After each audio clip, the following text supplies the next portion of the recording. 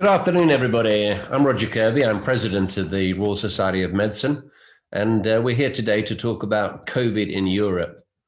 More than a year after the start of the epidemic, Europe's enduring a difficult year.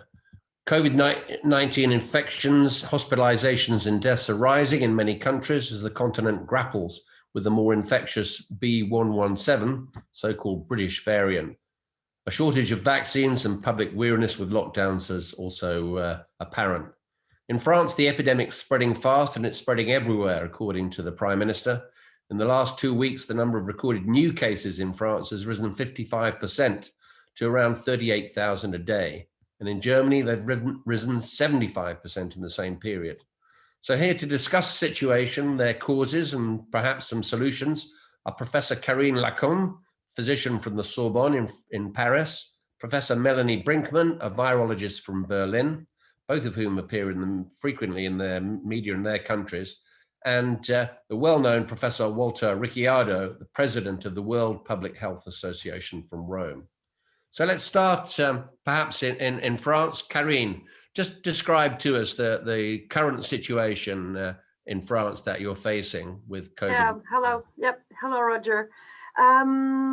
Okay, so probably the best word I could use to describe the situation in France is that this is a catastrophe. But this is a planned catastrophe because we've been warning the government and all the officials about the way the epidemic will behave if we did not stop the spread of the virus. And unfortunately, when we could have done so in January, we did not. So right now, the figures are very high. So you said that we are experiencing 38,000 new infections per day. So it's about 270,000 per week. We have almost 6,000 patients hospitalized in ICU. And at the worst of the first wave, we had 7,000 patients in ICU. So we are steadily reaching this very high number of patients in ICU. And we have about a little more than 30,000 patients hospitalized in conventional care for COVID-19. So I would not say that we are facing a non-controlled situation because the hospitals and the healthcare providers have been able to get very innovative and change regular beds into ICU beds in a very short time. But so we are not overwhelmed, but we are right now facing a very, very difficult situation. Yeah, when we were talking before, you mentioned that the patients are staying longer in ITU because they're younger in this third wave that compared with before. Is that the situation? Your patients are staying in hospital longer? Yes, definitely. The patients are younger, probably for a few reasons. First, because the older patients have been vaccinated, and that's a very good thing. At least they have been able to get vaccinated since January. So a few numbers are still coming to the hospital. So the patients are younger because they are now infected with the so-called UK strains, and we know that this strain is more contagious and leads to more severe cases.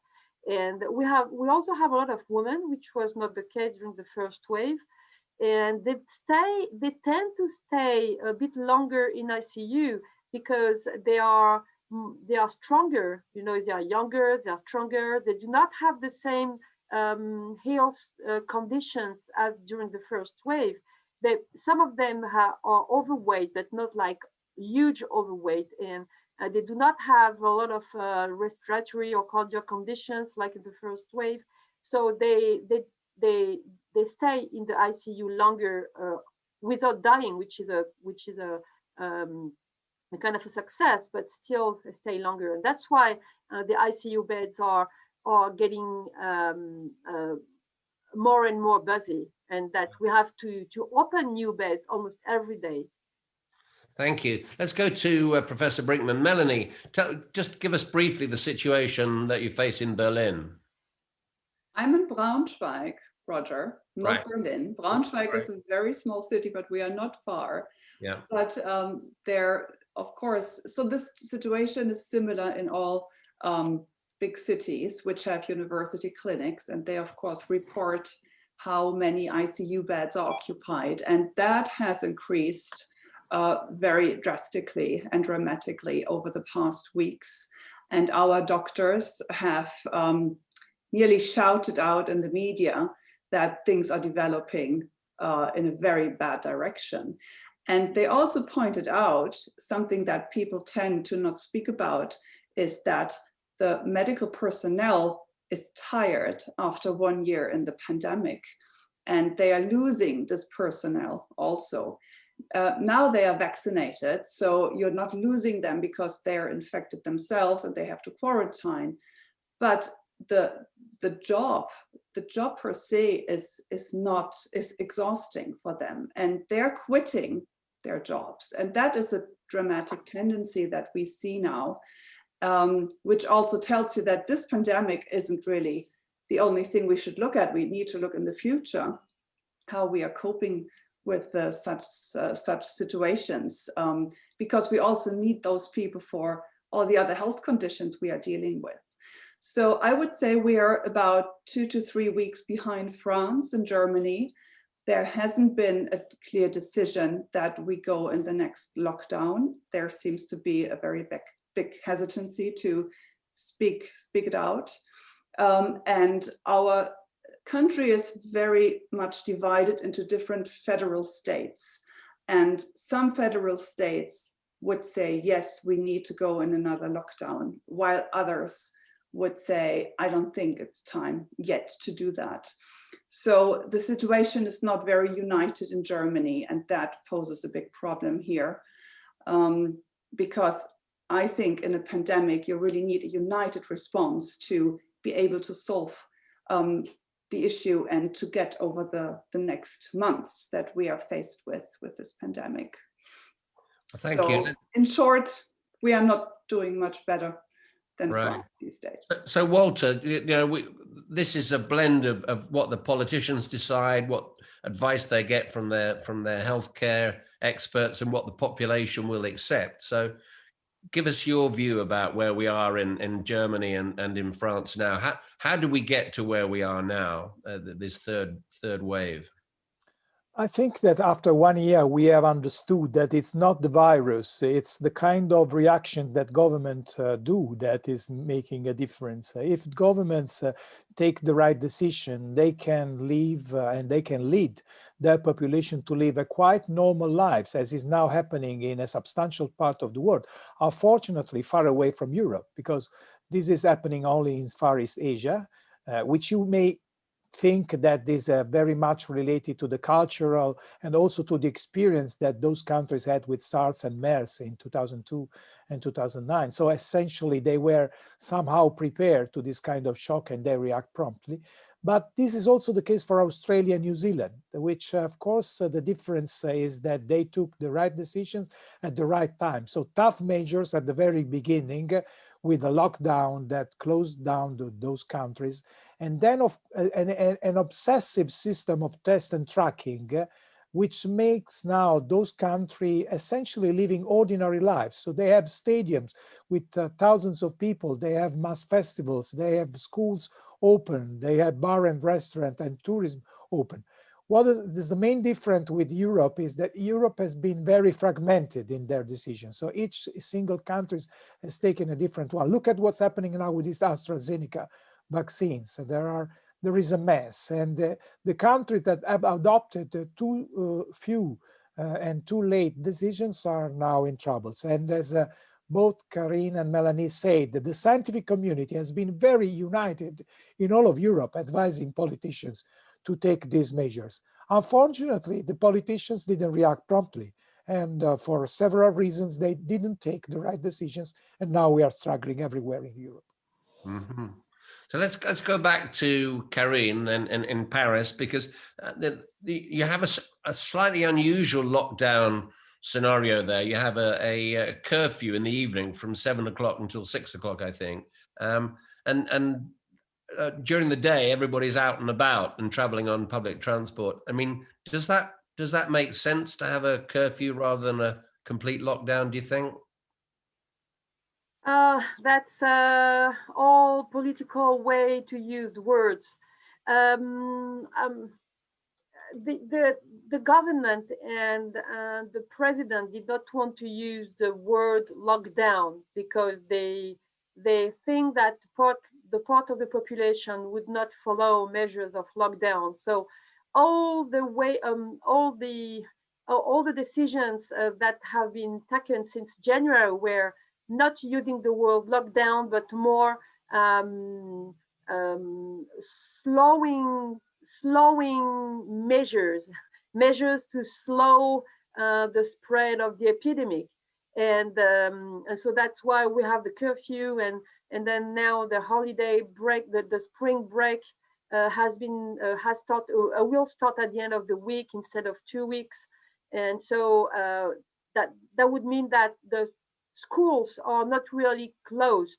That's another way to say that the children have to stay home and not using the word closing schools. But at the end, I think we think as scientists, the scientific community, that it's really a play on words, and unfortunately, that it has been a kind of a risky bet not to use a lockdown at the end of January, where we were anticipating that the epidemic would really thrive in April, like all the modeling said, and that the risky bet that has been made by the government and President Macron is that the population would prefer to live with the high number of infection as long as the healthcare system would not be overwhelmed, and also to get used to accept that we would have 400 deaths per day, like a plane crashing every day in France. And that's really the problem with the way politicians see health. They do not rely on prevention. They need to be right in front of the wall or in front of the hole before they take the decision. And right now we are right in front of the wall, and the decision that have been taken will probably slow down the epidemic, but it will take a lot more weeks than what it would have taken if the decision had been taken earlier in the year. Well, we know about late decisions in Britain because we've definitely faced that. But Melanie, I think President Macron was very pleased in France not to have to close the schools. He was boasting that the schools have stayed open. But in Germany, the schools have been closed for a while, have they? Are they closed at the moment? Well, they have been closed for quite a long time. My children are at home since December. And 1 week before Easter, before the 2-week Easter break, they went back to school. And I said, why do they do that? Because those 2 weeks, don't really make a difference. And it brought many people in a difficult situation because you couldn't really visit your relatives because children were back at school. And of course, there's a risk of infection. So some decisions are not really, they are hard to follow. And especially in Germany, the time when politicians decided to open up a little bit was a time when numbers were rising. They were not falling or plateauing, they were starting to rise. And they said, oh, let's open up a few areas. And scientists went nuts about it. And also the people in Germany, they don't agree with that. There was a recent, questionnaire, and people were asked, are you happy with the measures? Do you think we need a stricter lockdown? And 30% said we need a stricter lockdown. 30% said it's fine as it is, and only 30% said, oh, we don't want any restrictions. So the majority of Germans really want to bring numbers under control. They don't want to aim for, let's try not to, crash our health system. And I think we have a really bad, well, we chose a really bad aim, and that aim is we don't want to collapse, that our health system collapses. But what's the idea now to keep numbers such that we never face the problem that we can't take care of the patients, but the ICU beds are pretty full? Is that really a good aim? And that's something we are debating now quite a bit. And I think clearly there would be the time to say, we don't think that's a good aim. We think we need a different strategy. And I'm very involved in trying to communicate that to politicians, but it's very difficult because they think they face a lot of pressure to open up the country. But at the same time, you have to be realistic and see that if you open up, you will close again, meaning that for the rest of the year, we are in a sort of lockdown scenario with those different, with this hammer and dance scenario, which is not good for our society. And I would wish that we would find a way in Europe to conquer this pandemic, to say, well, let's look into summer this year. Why wouldn't it be a good aim to have very low case numbers in France and Italy and other European countries? Because then, as New Zealand is now trying with Australia, they're having a bubble, a travel bubble. They can travel between their different countries. So why can't we aim for that in Europe? We like to travel in Europe anyway. Why is that not considered in politics? Let's go back to Walter. So Walter, I mean, we'll talk about vaccinations in a minute because that's very prominent over here in England. But lockdown rebellions. Do you think? I mean, after a year where the children have already been at home, not at school, will the populations in Europe accept another strict lockdown now as the summer months develop? What do you think?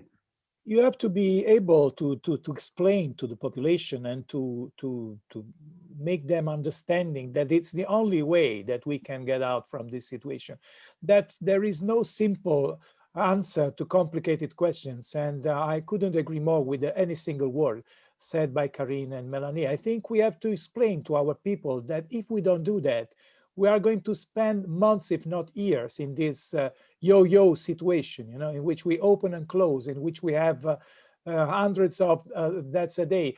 And that's not feasible, that's not sustainable, not only for the healthcare sector, but it's not feasible for the psychology of people, that we are all going to be mad in months if we don't do with tougher decisions. And it's difficult, but you need political leaders that do that. I mean, in Australia and New Zealand, the prime minister was very frank with their population. Of course, they were attacked by a tiny minority.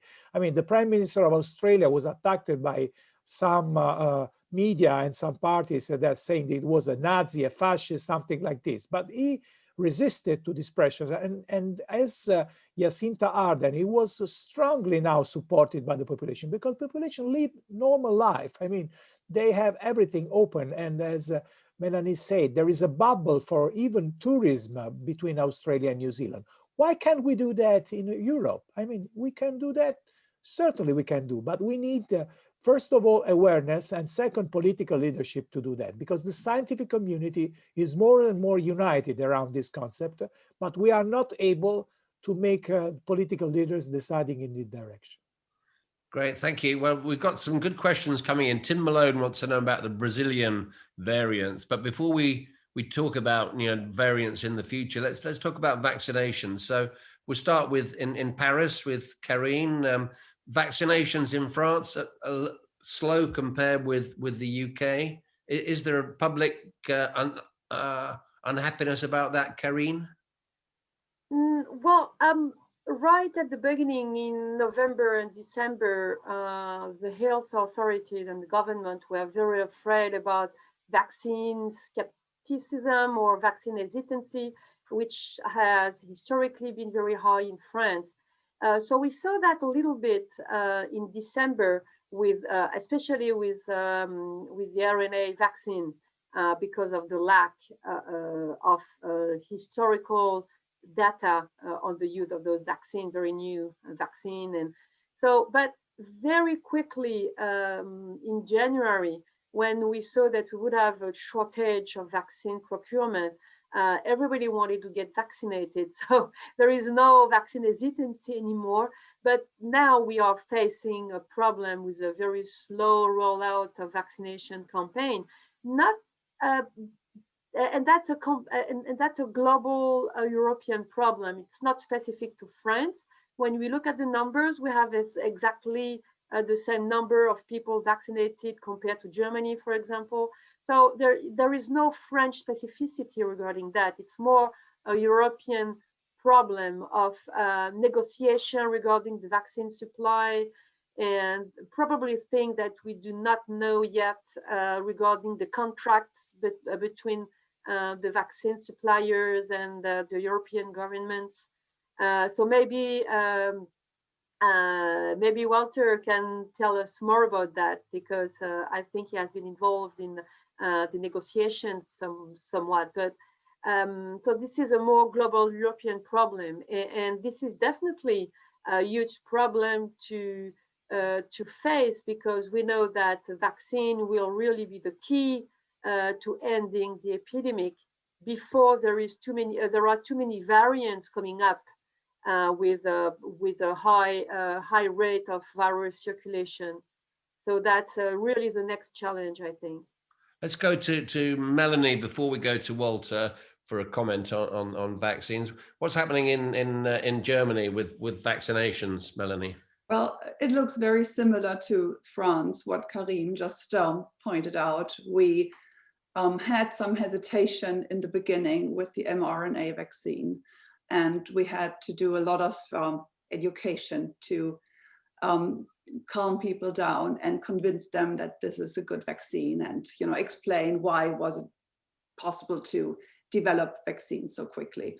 But now people are really eager to get the vaccine, and we really have issues to get enough. And of course, now when you look at other countries like the US or Chile or the UK, where vaccine delivery is fast and people, the rates of vaccinees is going up quickly, we are looking at those countries saying, why is that not happening in Europe? And that makes the situation, of course, worse. It adds up to all the other problems we have. So at the moment, it's clearly a lack of vaccine doses in our vaccination centers. We now started to allow the practitioners, the general practitioners, to vaccinate. But as I said, they don't have enough doses, and we could speed up our vaccination a lot, since we have a very good general practitioner system in Germany. Walter, why is the mainland Europe slow with vaccination? First of all, it was very difficult to get an agreement between 27 member states on the approach. At the very beginning, I remember I was part of the team in April. Was very difficult to convince all 27 ministers of health of Europe to go in the same direction. Some of them thought that was not the case, to invest a substantial amount of public money into this risk. Nobody at that time believed that we could have a vaccine within the year. So it was, I must remind the leadership of the minister of Germany at that time. He was president, together with the ministers of health of Italy and France and the Netherlands, that went in the right direction. Then again, another mistake was negotiating very much about reducing 1 cent, $1, €1, while the case was to have the highest maximum possible amount of money. So the joint procurement mechanism was very much administration driven rather than to the point of delivering vaccines. And this is the reason that the European bureaucrats, which are honest and decent people, want to be, of course, not investigated for any kind of mistakes that could have done in the negotiation. What happened in other countries, take Israel, for example, that the prime minister himself negotiated the procurement of vaccine with Pfizer. So Europe as a continent is now late, but I'm sure that during the years we'll catch up. But unfortunately, we will never be so quick and so effective as one single individual country. One decision, one budget. When you have to make 27 member states agreeing, it's a problem.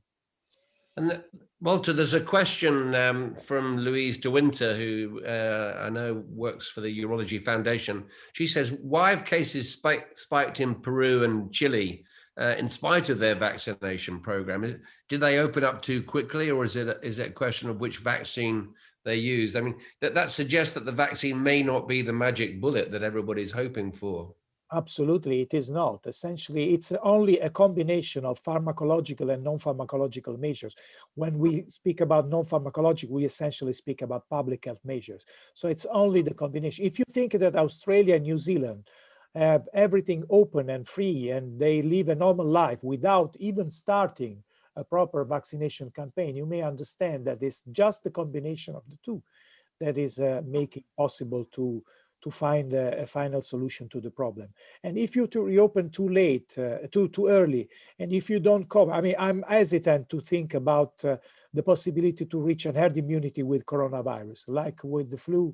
And of course, Karine may be more expert on me, but I hesitate to think about a virus like that reaching a herd immunity unless you really don't cover, no, I wouldn't say 100%, but certainly a substantial number of people, even if you have 70-75% that not lead that kind of protection. So it's only the combination of the two, pharmacological vaccine and therapeutics and non-pharmacological, that will lead us to a better situation. Yeah. And there's one more question for you, Walter, about what's happened in Hungary. In Hungary, they've imported the Russian vaccine, the Sputnik vaccine, as well as the Chinese vaccine. I mean, that country's taken an initiative outside the European Union guidelines, I think. Any comment about that? It's not the first time that Hungary and Poland, you know, they are in a situation in which they have been challenged by the European Commission because they are infringing the value at the basis of the European Union, which is democracy, which is the difference between, you know, the judiciary and the executive, which they have cancelled. So they are now defined not as a democracy, a full democracy anymore, but a kind of authoritarian democracy. So they are really very much building their consensus on some these populist decisions. So the paradox is now that people in Europe is much more afraid of a vaccine like AstraZeneca in comparison with the Sputnik vaccine, that they don't know anything about how it's prepared, and which is this a paradox of the miscommunication that we had. Mm-hmm. Let's go back to Germany, Melanie, because you know the president is under pressure there because of the difficulties with all the different regions within Germany doing different things. I mean, the politics of COVID is quite having a major impact in Germany, or likely to in the elections at the end of the year, right? Well, yes, that's of course a fact that makes handling a pandemic more difficult, that we are in an election year. But I'm not entirely sure if that really is the major problem. I think it's more what Walter already said. The politicians just, in this country, we were simply, or in Europe, we were not prepared for such a pandemic. And this virus is really giving us a very hard time. I would say it's making our lives harder than a virus that would be more lethal, because it spreads so easily, and it still kills enough people that we can't, you know, let it run through society. And that's nothing we have really been prepared for. We have a good public health system, but our response was not consequent enough, not rapid enough. And people took too much time to think, well, maybe, you know, the second wave is not coming. It was more a politics about hope and less about let's take action and let's get prepared for the second wave. It was more waiting and seeing, which is not a good idea in a pandemic response. And I haven't really understood completely why that happened in Europe, because it's not a German problem, it's a European problem. All the countries have acted the same way and chose the mitigation strategy instead of an elimination strategy.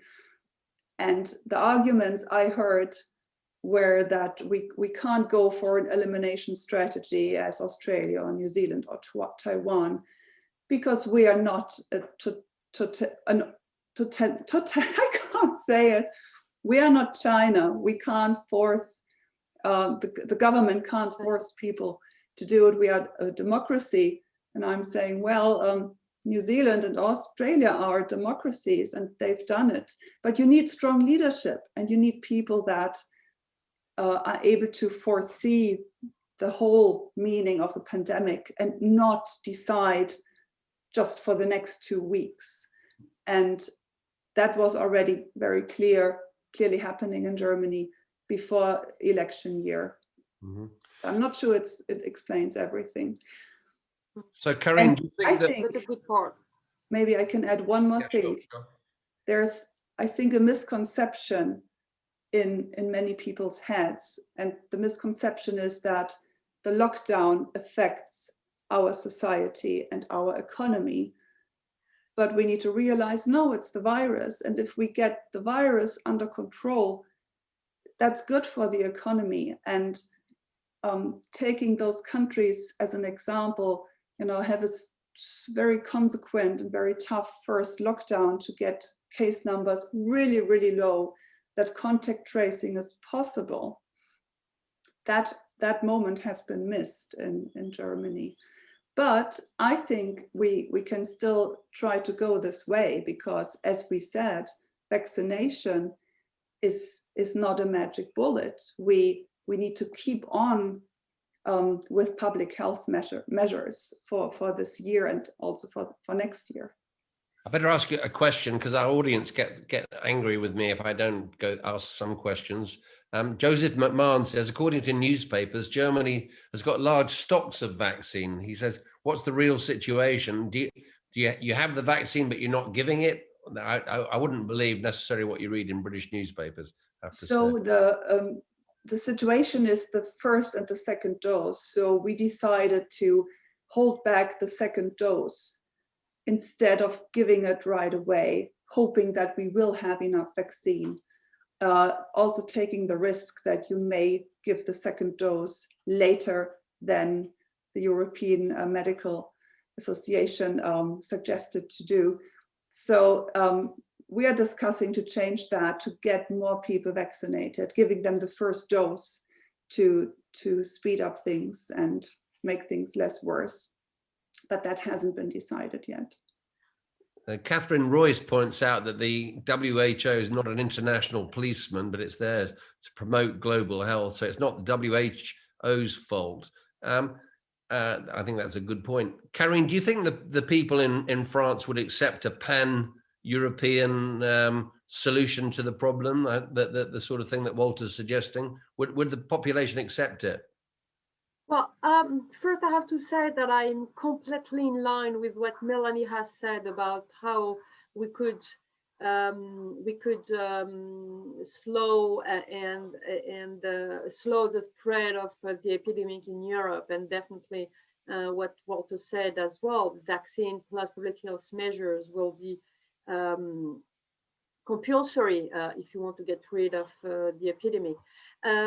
Regarding the pan-European initiative, we have to bear in mind that a minority of citizens make a lot of noise, are very, very noisy, and we hear them or their representatives on TV, radio all the time, and then we think that this is what the majority think, but in fact the majority of citizens are silent.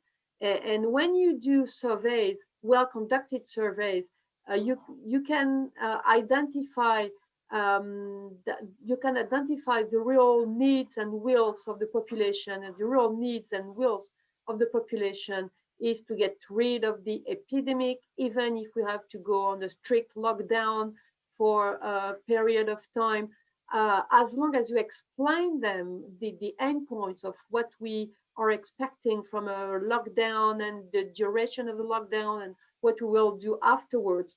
Nobody wants to live with 400 people dying every day for months and years just because something that the lockdown is very bad for mental health, for example. As Melanie said, the mental health would be a lot worse with an epidemic thriving like it is in Brazil.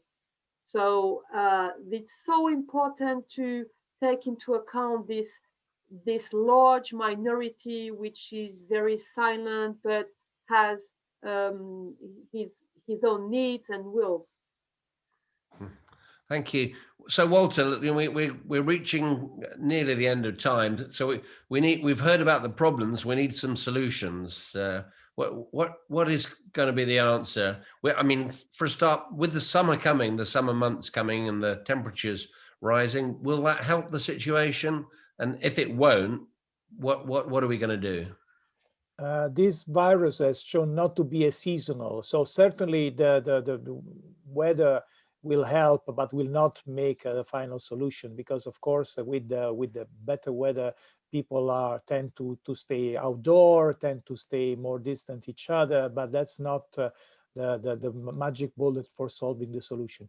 Certainly something in changing. You know that there has been a proposal for a global treaty on the pandemics proposed by WHO and already accepted by 24 states all around the world. So that means that will give low possibilities to enforce a different approach. As a colleague said, the WHO is not the police, the cop of the world, as just normative and scientific status. So we have to change. We have to prepare both from the legal ground a different approach. And as Karine was saying, we have, as a scientist, maybe more explicit in saying our opinion and in pushing for our evidence to be enforced at political level. It's difficult because, of course, we don't have the leverage of powers to do that. But I think that together with a new kind of legal approach, we can succeed. And so I'm relatively optimistic for the future, but in the short term, we are going to have difficult times. Yeah. So nationalism has caused lots of problems in the past, and maybe nationalism is one of the things holding us back right now. So, Karine, because we're nearing the end of the time, what would you recommend in France? What should President Macron do? If you were advising him this afternoon, what would you tell him to do? That I have tried for the last months to keep myself away from any political debate, because I think that I'm a scientist and I'm not here to tell the politicians what to do on the political ground. If I stay on the scientific ground, I would really advise anybody to follow what the modeling says, because so far they have not predicted the wrong evolution of the epidemic.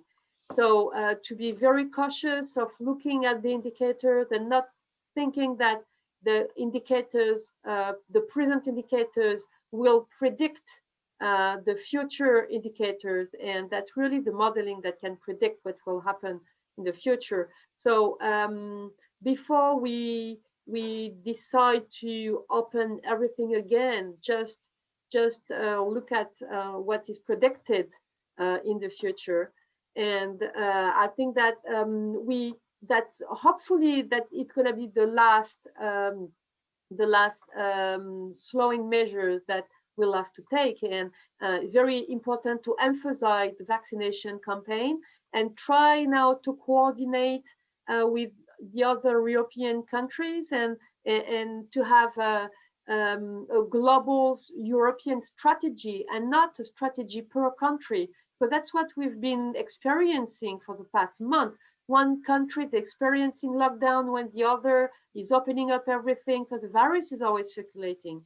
So a better consultation between European countries and defining a common strategy for the fight against the virus, and tend to go to a zero virus strategy. Okay, thank you. Melanie, what would, if you had Angela Merkel in your room this afternoon, what would you say to her?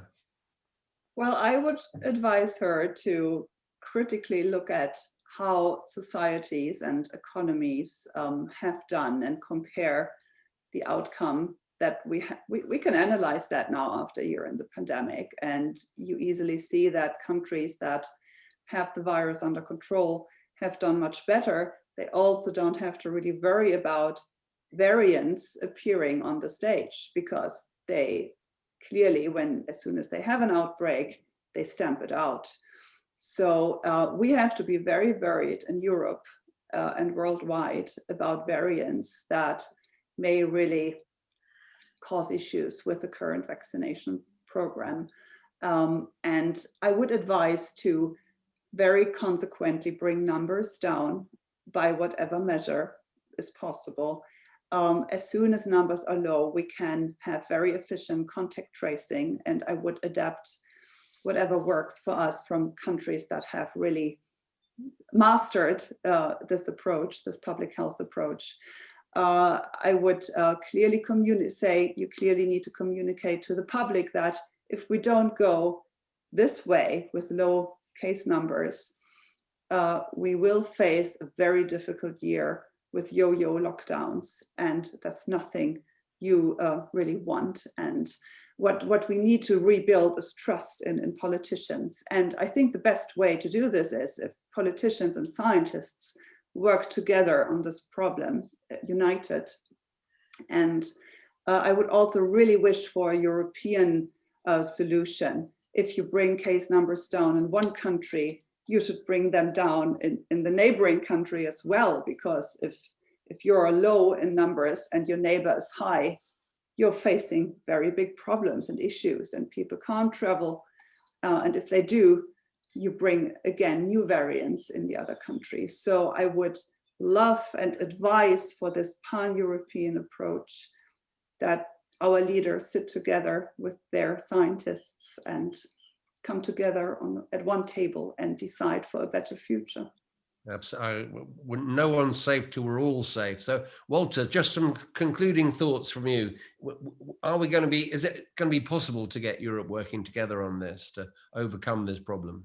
It's going to be very difficult. I've realized I've participated in several meetings with leaders, and it's very difficult because there are different sensitivities. I really dream about what Melanie said. And if I could have the possibility, I would urge the political leader in Italy, please do that now, because if we don't solve the problem collectively, we will be individually annihilated, so that's the problem. And our population will suffer from the health point of view, from the economic point of view, but moreover from the psychological point of view. Healthcare workers will be burned out.